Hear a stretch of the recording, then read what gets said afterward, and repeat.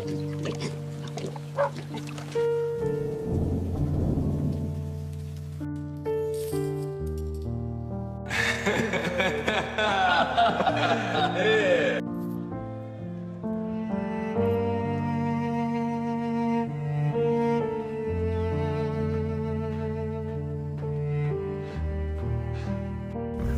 you ever stared at something so disgusting and wished with all your heart it was yours? I was kneeling in the mud, surrounded by swine, watching them eat clean while my stomach clawed at itself in agony. I reached out a trembling hand just to steal a piece of their filth. But no one gave me a thing. I was empty, broken, forgotten. And as the rain poured over my shivering body, the cold found every place shame already lived in me.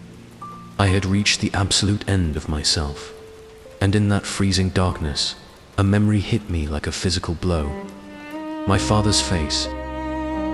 I didn't just leave home, I shattered it. When I stood before my father and demanded my inheritance, I could see what the words were doing to him. I watched something break behind his eyes. He didn't argue, he didn't curse me, he just grieved quietly and divided his life and placed my portion in my hands. And I walked away from it, from him. I bought fake laughter, cheap wine, and temporary friends. But when the money dried up, the world showed its true face. The very people who drank at my table walked past me in the street as if I were invisible. I had traded a father's love for a stranger's applause, and when I had nothing left to buy it with, I was discarded. The walk back was the hardest thing I have ever done. Every mile was a war against my own pride and fear. What if he turns me away? What if he gathers the village to witness my disgrace? I knew what I had forfeited, so I rehearsed my surrender until the words were worn smooth from repetition. Father, I have sinned against heaven and against you. I am no longer worthy to be called your son.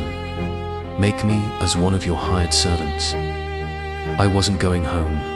I was going to beg for a place to sleep near home. That was the most I thought I deserved. I crested the final hill, head bowed, preparing for whatever was coming. Then I heard it. Heavy, frantic footsteps in the dust. In our world, a patriarch never runs. It strips him of the dignity his position demands. A man of his standing does not move that way, not for anyone. But I looked up, and my heart stopped. It was my father. He wasn't waiting at the gate with crossed arms. He wasn't standing still, letting me come the full distance alone. He was running toward me. Before I could fall to my knees, before the rehearsed words could leave my mouth, he reached me. He didn't pull back from the stench of the pig pen still on my skin.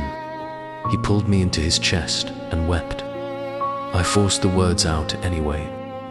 Father, I have sinned. I'm not worthy. Make me a servant.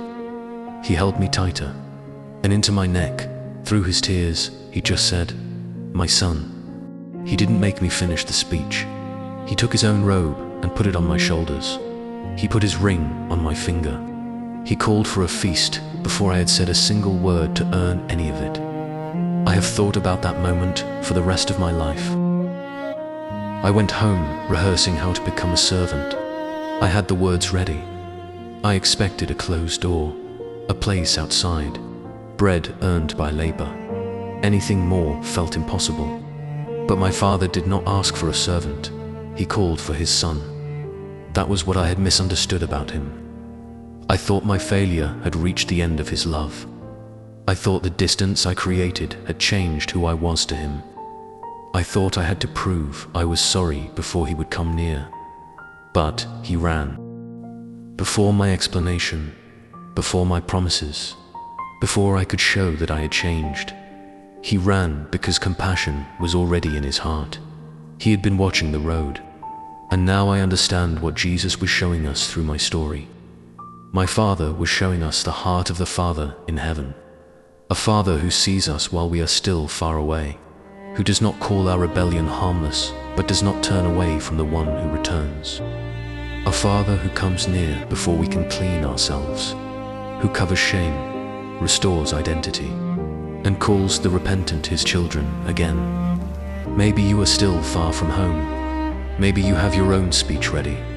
Maybe you believe God will receive you only after you repair what you broke. I believed that too. But I know this, when I was still a great way off, before I reached the door, before I proved anything, my Father saw me, and he ran.